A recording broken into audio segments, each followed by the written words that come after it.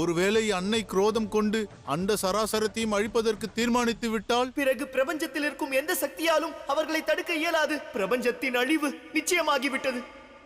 எதிர்மறையான சம்பவங்கள் இவை. ஒருபுறம் மகாதேவர் தன் உடலை துறந்து பிரபஞ்சத்தை காக்க முயல்கிறார். அதே மறுபுறமோ சிவனின் சக்தி விரகதாபம் காரணமாக அண்ட சராசரத்தையும் அழிக்க முடிவெடுத்து விட்டார்கள். என்றும் ஒரே உத்தேசத்திற்காக பாடுபடும் சிவனும் சக்தியும் இன்று எவ்வாறு வேறுபட்டு நிற்கிறார்கள்?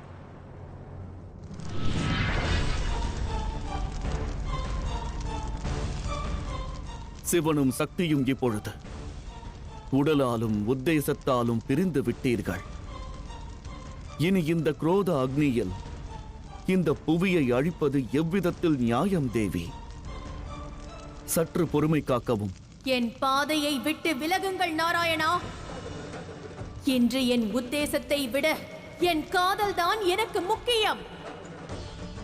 ஆனால் இன்று தங்களது காதல் இந்த அழகிய பூமியை அழித்துக் கொண்டிருக்கிறது. பாருங்கள், உங்களை சுற்றி பாருங்கள். சிவனை அடைவதற்காக இந்த பார்வதி பல தியாகங்களை செய்தாள், பல வேதனைகளை அனுபவித்தாள். நினைவிருக்கிறதா? மறந்து விட்டீர்களா? தாங்கள் மறந்திருந்தாலும் நான் எதையும் மறக்கவில்லை. நான் நினைவுபடுத்துகிறேன். அவரை அடைய நான் கொடிய தவம் புரிந்தேன்.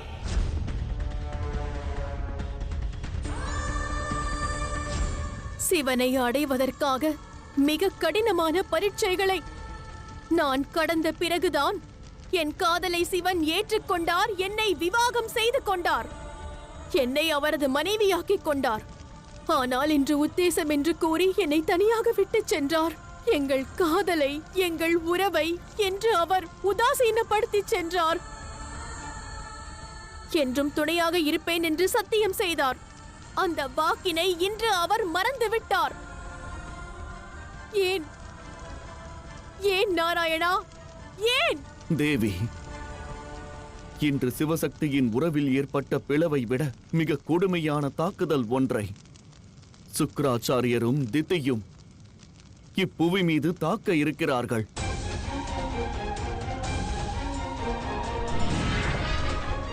மகாதேவர் எதை எண்ணி வருந்துகிறார் என்று விளங்கவில்லையே.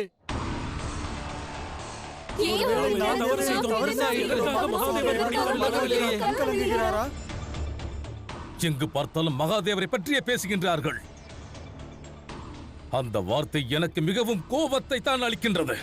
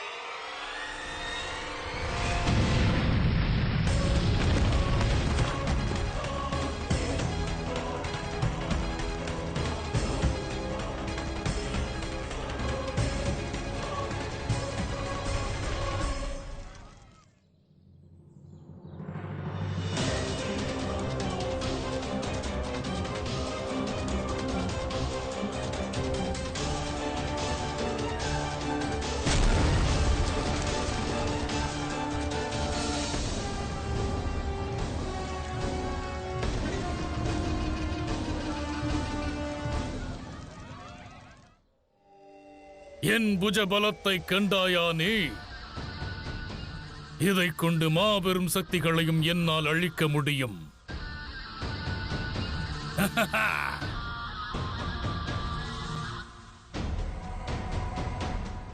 அப்படி என்றால் கிளம்புவோமா? உன் பலத்தை எதற்காக எங்கே வீணடிக்கின்றாய்? மறந்து விட்டாயா? நம்மை அசுரகுரு அழைத்திருக்கின்றார்.